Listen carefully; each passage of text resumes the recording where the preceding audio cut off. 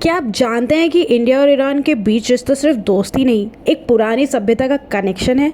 This is the story of two ancient civilisations जिनका संबंध हजारों सालों से बना हुआ है through trade, culture and mutual respect. India और ईरान का रिश्ता इतना पुराना है कि इसका जिक्र फर्स्ट पर्शियन एम्पायर के समय से होता आ रहा है, around 6th century BC। Trade होता था spices, ivory from India and silver and turquoise from Persia. Indus valley civilisation के सील्स भी मिले हैं ईरान की साइट्स जैसे सूशा और किश में। प्रूफ है कि ये कॉन्टैक्ट सिर्फ कहानी नहीं, सच था। और सिर्फ सामान नहीं, विचार भी एक्सचेंज हुए। पर्शियन और इंडियन लोगों के बीच हुए cultural dialogue in language, religion and art. Delhi सल्तनत और मुगल पीरियड में पर्शियन बनी official language. Poetry, architecture, music, सब में इसका इन्फ्लुएंस था।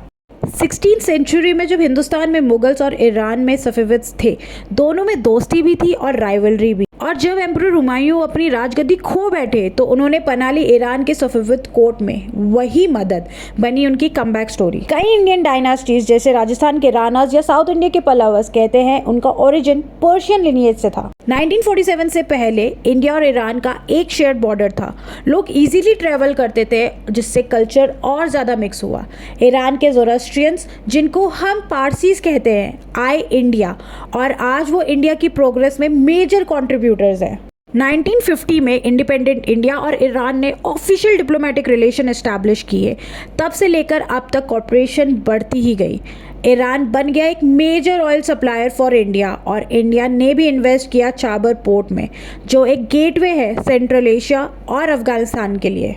1979 में जब ईरान में इस्लामिक रिवॉल्यूशन आई तब थोड़ा पॉज ज़रूर हुआ, बट रिलेशन कभी ख़त्म नहीं हुआ।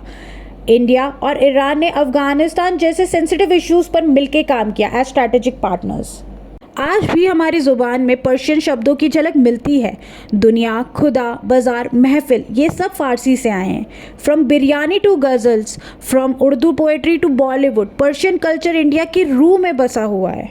इंडिया और ईरान का ये रिश्ता सिर्फ पॉलिटिक्स का नहीं है, ये एक सिविलाइजेशनल बॉन्ड है, rooted in centuries of shared dreams, tradition and friendship. अगर आपको ये कहानी इंटरेस्टिंग लगी तो ज़रूर लाइक, शेयर एंड सब्सक्राइब करें मेरे YouTube चैनल को।